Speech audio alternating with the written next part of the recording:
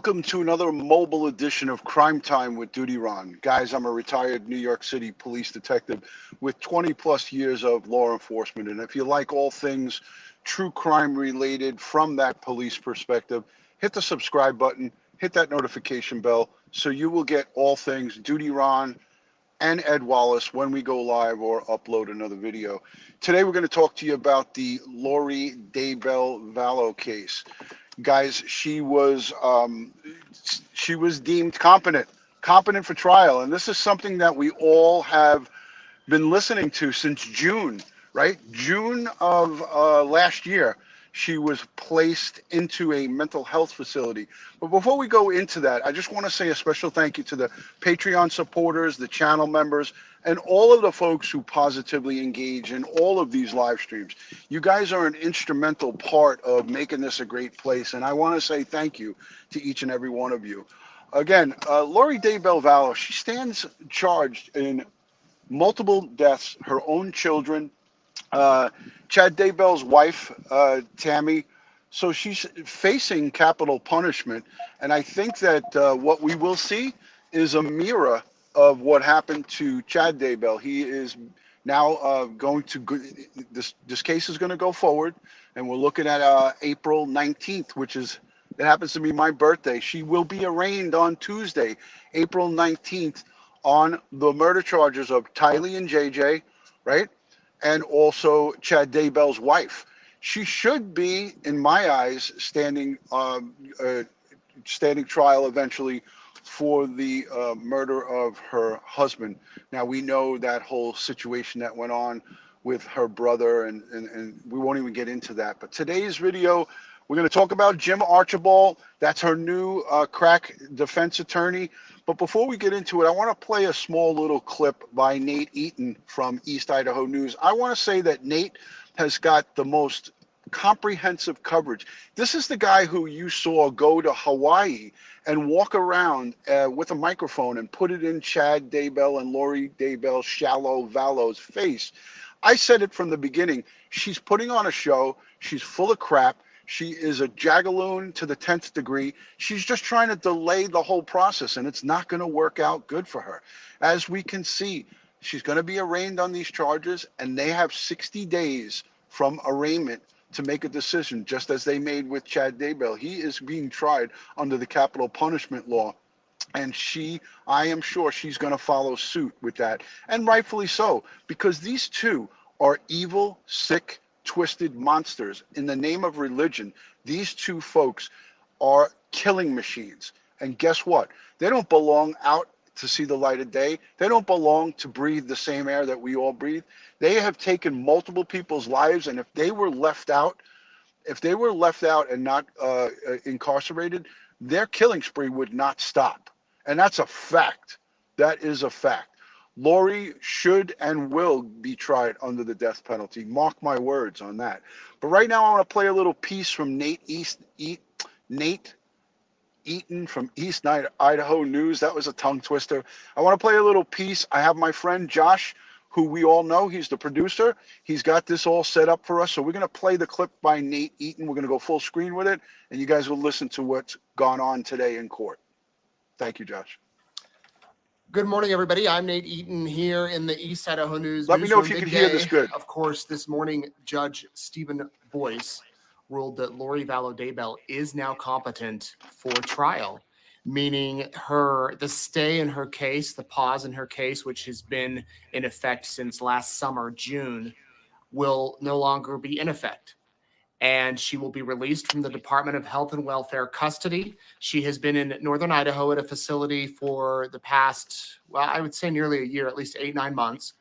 And she will now be brought back to Fremont County, and she will be arraigned. She will have her initial court appearance next Tuesday at 1 o'clock in Fremont County on murder charges for the deaths of her children, JJ and Tylee, along with Chad Daybell's wife, Tammy. Now, I have the court order here from the judge, which was just released this morning. It was filed at 9:35 a.m. and rushed down to the courthouse, got a copy of it. I'm going to read it to you. Based upon the court's determination that defendant Lori Noreen Vallow, aka Lori Noreen Vallow Daybell, is restored to competency and is fit to proceed, the court orders that the defendant be brought before this court to be arraigned. Further, the order staying the case is hereby lifted. Defendant is to be transferred from the Idaho Department of Health and Welfare and remanded to the custody of the Fremont County Sheriff to be transported and brought before this court. The arraignment will take place on April 19th, 2020 at 1 p.m. at the Fremont County Courthouse, Fremont County, Idaho, dated the 11th of April, 2022, signed by Judge Stephen Boyce. Now, this comes as last week there was some hearings that were closed, sealed to the public in regards to this case.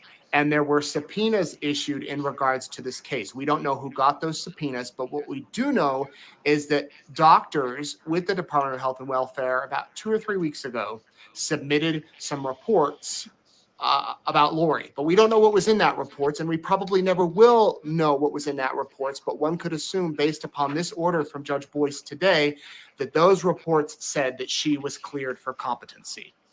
And that's what's going to happen. So now, you might recall last summer when the grand jury came down with that indictment for the murder, conspiracy to commit murder, all of those charges that Lori and Chad faced together. You might recall that within a matter of days, her attorney at the time, Mark Means, filed a motion saying she is not competent. And so everything went on hold. Mental health professionals said, yeah, she's not competent. We need to restore her to competency. They sent her away to a facility. And she went to a hospital in northern Idaho, where she's been since June. And now it appears that whatever treatment they've given her, whether it's medication, whether it's counseling, whatever it is, probably a combination of both, they now say, at least the judge says, that based on all this information, she is declared competent.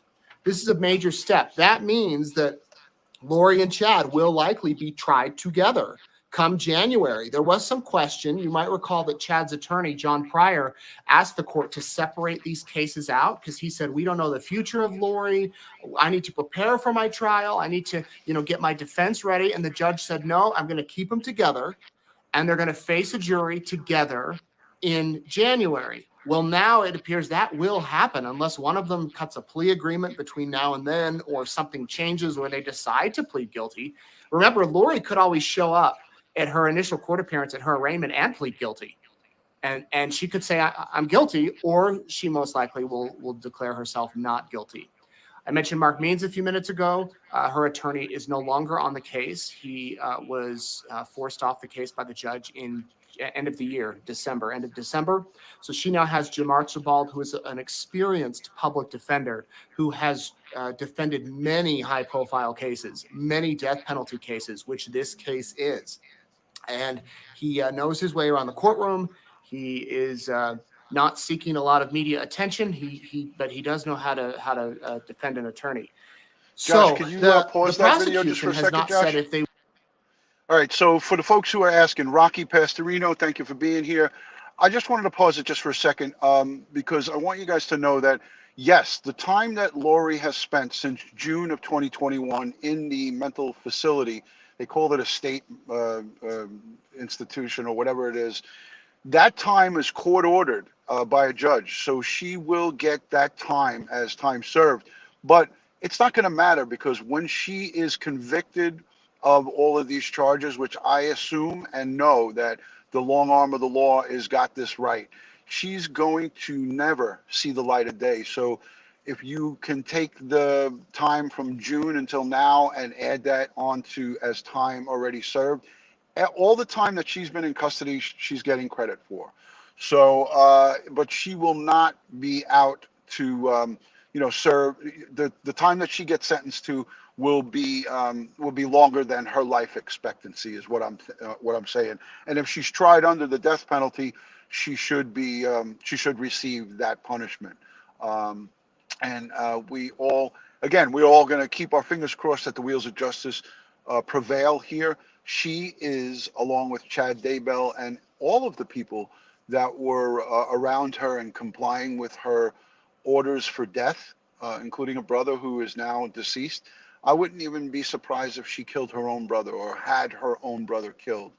but he was basically an enforcer for her, and everyone and anyone that has that crazy thinking and ideology needs to not be walking freely amongst us, because those are very, very dangerous people. Josh, you could let the rest of that play. Thank you. They will declare the death penalty. They will try to get the death penalty in Lori's case yet. They have, I believe it is 60 days from the day that the defendant is arraigned to declare if they are going to seek the death penalty. They have done that with Chad's case. We know that. They are seeking the death penalty in Chad's case. But Lori's case, what will happen is next Tuesday, she'll show up in court. We've got a camera request already in. We're hoping to stream that live for all of you on East Idaho News. She will appear before the judge. The judge will read her charges. She won't necessarily need to speak at that point until the next court hearing, when she will declare guilty or not guilty. And at that point, 60 days from the arraignment, the prosecution will need to say, yes, we are going to try for the death penalty on her as well as Chad. Her attorney is death penalty certified in the state of Idaho. He has tried death penalty cases, so that won't be an issue. He will likely need to bring on co-counsel, other attorneys who can help him with this case, because you think of all of the evidence and all of the witnesses that will be called. I mean, they're scheduling this trial for 10 weeks in January. And here's another issue that will be discussed next Tuesday at the hearing in Fremont County. Actually, a separate hearing that was already scheduled. The prosecution's going to go in and say to the judge, it's going to be so much cheaper, significantly cheaper, if we bring the jury in from Ada County, we bus them into Fremont County, and we hold the trial here. That way we won't have to take all of our teams out there. We won't have to call all of the witnesses to Boise. We won't have to call all of the court personnel. Instead, we can just bring in the jury. Because as of now, everything moves to Boise in January. But the prosecution's going to try to ask the judge to bring the jury here to Eastern Idaho, and saying that there can still be a fair trial. There can still be unbiased jurors in there. It'll just be a lot cheaper for the county. We don't know if the judge is going to go for that or if he won't, but immediately after that, Lori will appear. There's a lot of people just tuning in saying, what's going on? This morning, Judge Stephen Boyce issued a written order that Lori Vallow Daybell is restored to competency and is fit to proceed. And she will be brought back to Eastern Idaho from the Department of Health and Welfare, where she's been since June. She will be brought back to Eastern Idaho. She'll be booked into jail in the female population, and she will appear to be arraigned on several charges, including the murder of Tylee, her daughter, JJ, her son, the murder of Tammy Daybell, Chad Daybell's first wife, as well as conspiracy to commit murder. And these trials are set to happen together for 10 weeks right now in January of 2023. That's when it's scheduled. It is possible that now that Lori is competent, her attorneys could say, we need a little bit more time to get up to speed now. I think they've kind of been doing that behind the scenes, but Chad's case is much further along than Lori's. So that's what's happening in the case. We will, as I mentioned, try to bring you the hearing live. I imagine that it's going to happen next week. We do have permission. Going to be awesome. The judge has granted us permission to live stream the original hearing on the trial potentially being moved, or the jury being brought into Fremont County. So we will have that live for you next Tuesday at 9:30 on East Idaho News. And then we've just submitted a request to go have carry the thing live at 1 o'clock when Lori is arraigned. So it looks like a few of you have some questions. I'm going to try listen to answer to a couple those. of these if you want questions. to pop them up really quick here. Yes, somebody asked, will the trials be held together? Yes, as of now, they're supposed to be held together. Will she get the death penalty? That is up to the prosecution. Chad, right now, they are seeking the death penalty on him. They have 60 days. Now, his attorney, John Pryor, as far as I know, has not tried a death penalty cases. But if you hire private counsel, if you decide that you can hire anyone you want, but if the state appoints you an attorney, you have to have a death penalty certified attorney. I hope that makes sense. If I go out and I hire anybody I want to represent me, they don't have to be death penalty certified. It obviously helps. But if I don't have enough money for an attorney and the state appoints me one, that person has to be death penalty certified, simply because you want to rule out any chances for, appeals and things like that. So, That's what's happened there. Somebody asked about the death penalty. We should know within 60 days if the judge is going to go for the death, or if the prosecution will go for the death penalty with Lori. As far as her counsel, it really doesn't matter because Jim Archibald is her counsel. Why was Mark Means released? Well, it came down to, I think, that there was a conflict because originally, you might remember, Mark represented both Chad and Lori when all of this case broke out. And now they're being tried with conspiracy to commit murder, meaning they allegedly conspired to do the crimes. If you're an attorney and you've represented both of them, they're saying that basically you could have your finger on the scale for one or the other. So it's just better by all accounts to step back. He did not recuse himself. The judge said you need to get off the case. Will Lori appear in court? Yes, she will be there. And as far as we know, this is an in-person hearing. She will show up and be in the flesh. We have not seen her. Let's see.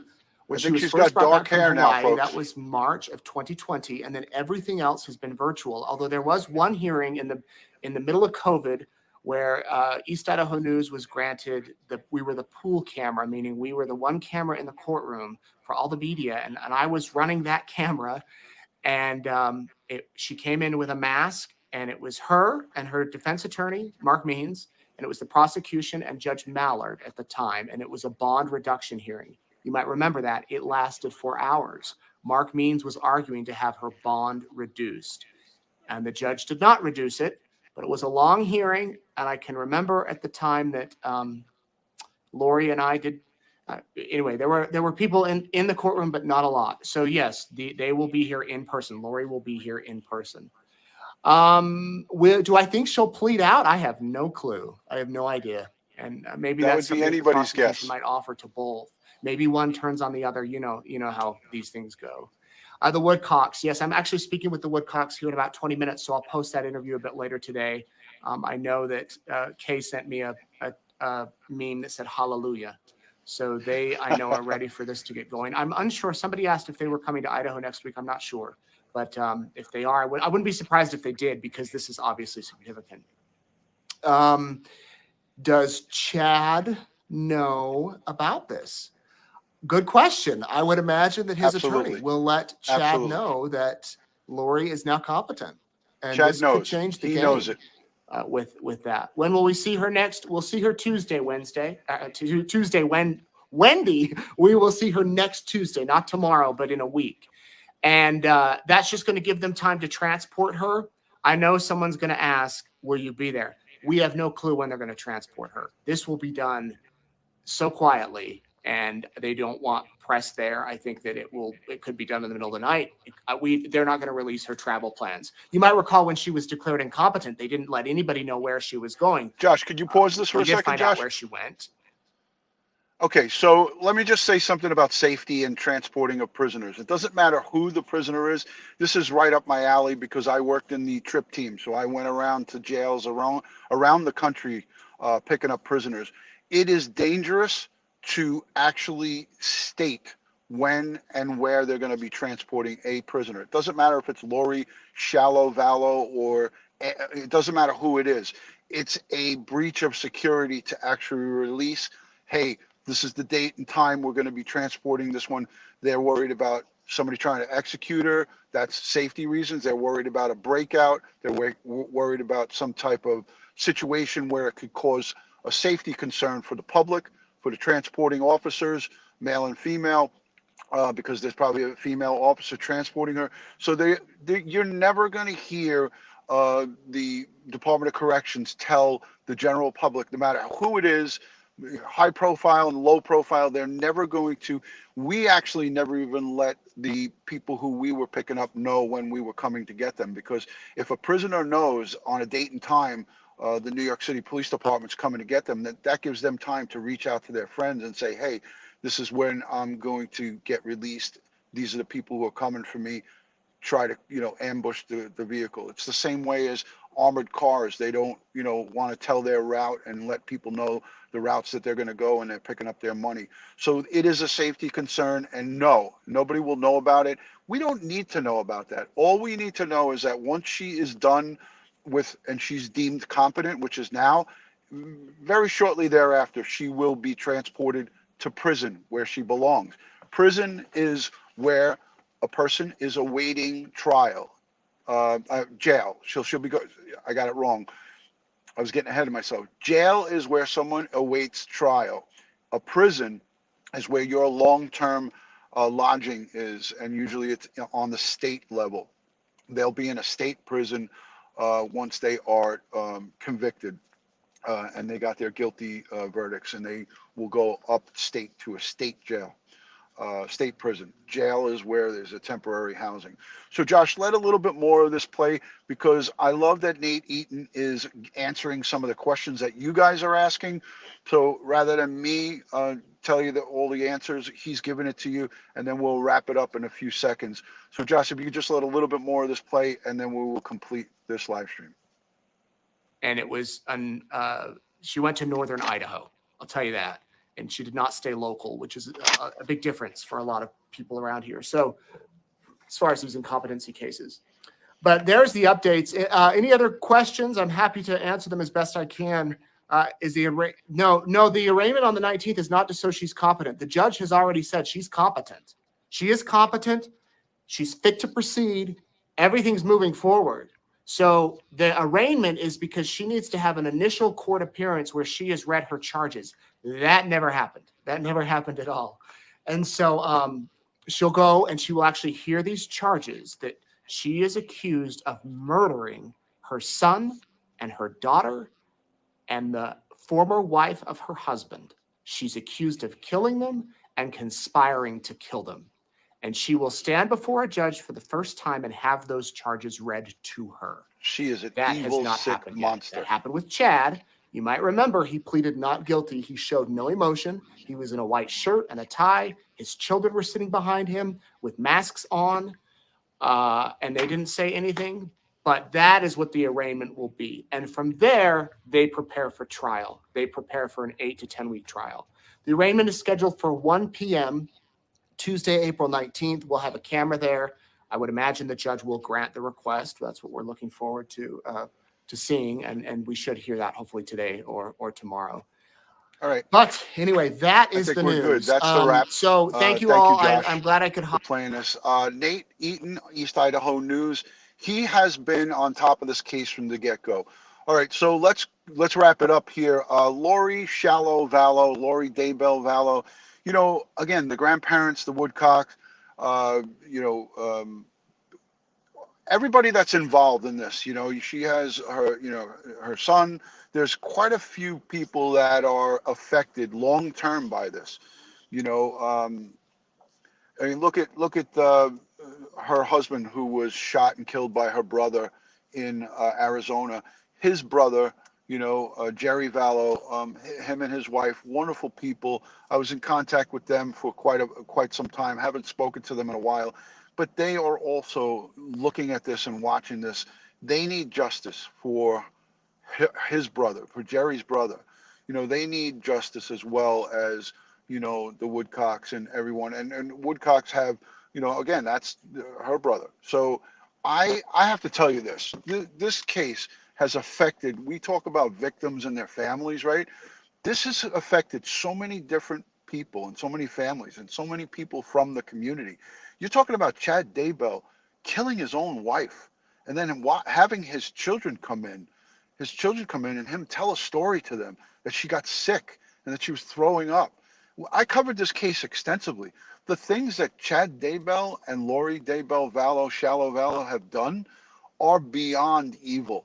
It's beyond evil in the name of their religious beliefs and their crazy thoughts. These are people that are monsters, and there's a ton of them walking amongst us. There's a ton of people just like them around. So we have to be very, very careful. And again, these are not folks who need to be walking around. Completely, utterly dangerous people. These are very, very dangerous people. Tara Ellis says it's very well, their cult beliefs. When I've said this a million times, when you have somebody who is extreme with anything, whether it's religion, personal thoughts, ideals, and you have somebody who is extreme on anything, put religion aside, any extreme beliefs are dangerous, you know, and that's what these folks were, you know, and they continue. She continues to try to control the narrative from inside jail, and I told you it's not working out. It's not working out for her because all of this is just wasted time. She's going to get time for being incarcerated, but at the end of the day, this is just delaying it, and it's costing us, the taxpayers, extra time, extra money because she wants to act like a jagaloon, right? You know, again, it's one thing to be a sick, heinous murderer as they are. They are serial killers. These two folks were killing machines.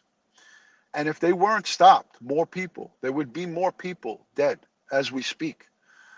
But what makes them even more horrific is that they continue to try to exploit the system, and really her quite a bit, but him as well. They continually try to exploit the system, and again, with no regard or any kind of feelings for the people who are left behind.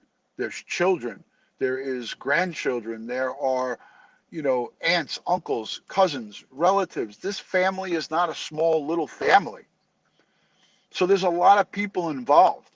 And I say this, you know, when you see somebody exhibit this kind of behavior, it makes the enormity of how sick and evil they are. It really amplifies it times 100.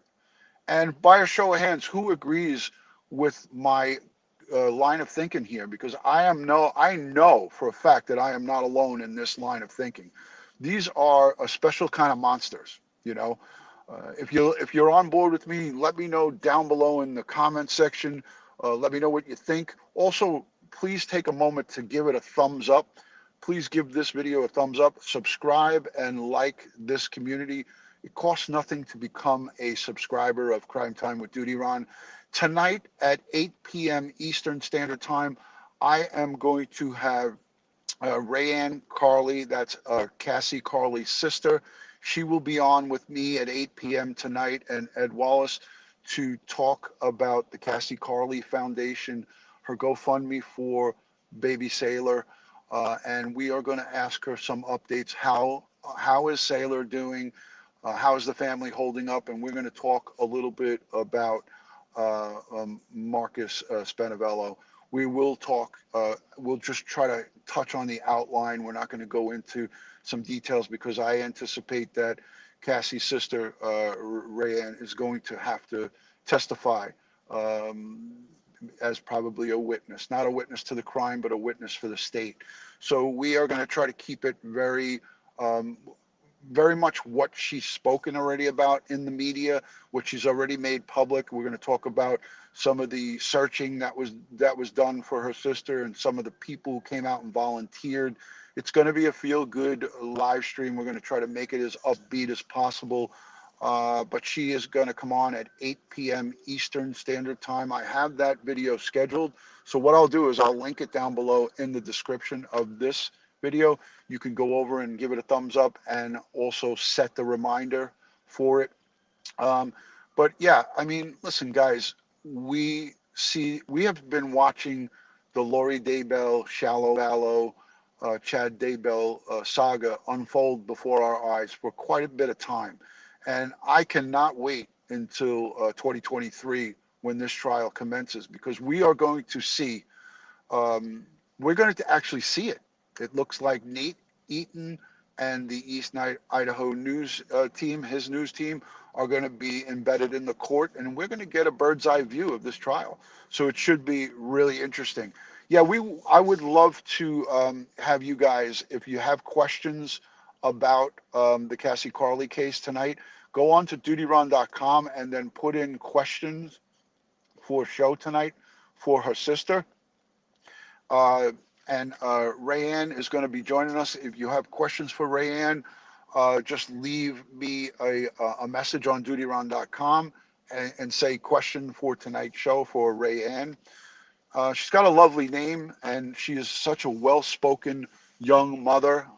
You know, she really did a great job in speaking for her sister. She was a great family representative for the Carli family, and she's going to continue to bring on the Cassie Carli Foundation in memory of her sister. So it's going to be great. And I'm thrilled, and I cannot wait to. I've had numerous conversations with her on the phone, by text message, and also by phone. She's a wonderful person, and I cannot wait to have her on with me and Ed Wallace tonight. So yes, I agree, Donna. Nate is a great reporter. Listen, we watched him go to frickin' Hawaii. He actually rented a helicopter and was hovering over Chad Daybell's burial ground, where he buried those two children. May they rest in peace. He had a helicopter that he had hovering over. I don't know if by a show of hands, how many of you saw that? I was watching that coverage live, and it was just amazing what East Idaho News did. These guys continue to do a professional, great job on such a great level. So kudos to them. Prayers to the Woodcock family, to the Vallow family. Wonderful, very, very wonderful people. You cannot, I can't say enough good about them. But anyways, I want to wish everybody a happy Monday. Tomorrow, I got my surgery pushed up. So I'm going to have the skin cancer here cut off of my head tomorrow morning at 11:15. So if you guys could just put some prayer emojis, or maybe just pray in your prayer groups, in your chats, for me tomorrow for a successful surgery. It's going to be at 11:15 in the morning. They're going to remove the squamous cell carcinoma. I'll probably receive a couple of stitches. What can you do with a face like this? It doesn't matter. Like my doctor said, we'll have our plastic surgeon on hand. I said, Doc, I'm not entering any kind of beauty pageant, so just cut this crap off of my head. Just get rid of it. I don't care what I look like, even if I look like Frankenstein. Just get rid of that cancer, that skin cancer. So it's happening all tomorrow morning at 11:15 a.m. my time, Eastern time. But I got a show to do tonight. So Raeann Carli is going to be joining me at 8 p.m. and Ed Wallace. And hopefully I'll see you guys all there. Much love and respect from my house to yours. As I always like to end these live streams, God bless the world. God bless the United States of America. And God bless each and every one of us here in the chat. But especially all victims of crime and their families. They need us now more than ever. And we send out strength and positive vibes to everybody involved behind the murderous couple, Chad Daybell and Lori Daybell Vallow, the Woodcocks, the Vallows, and all involved. We send peace, strength, prayers, and positive vibes. Guys, again, thank you so much for joining, and we'll see you tonight at 8 p.m. Love and respect from DutyRon.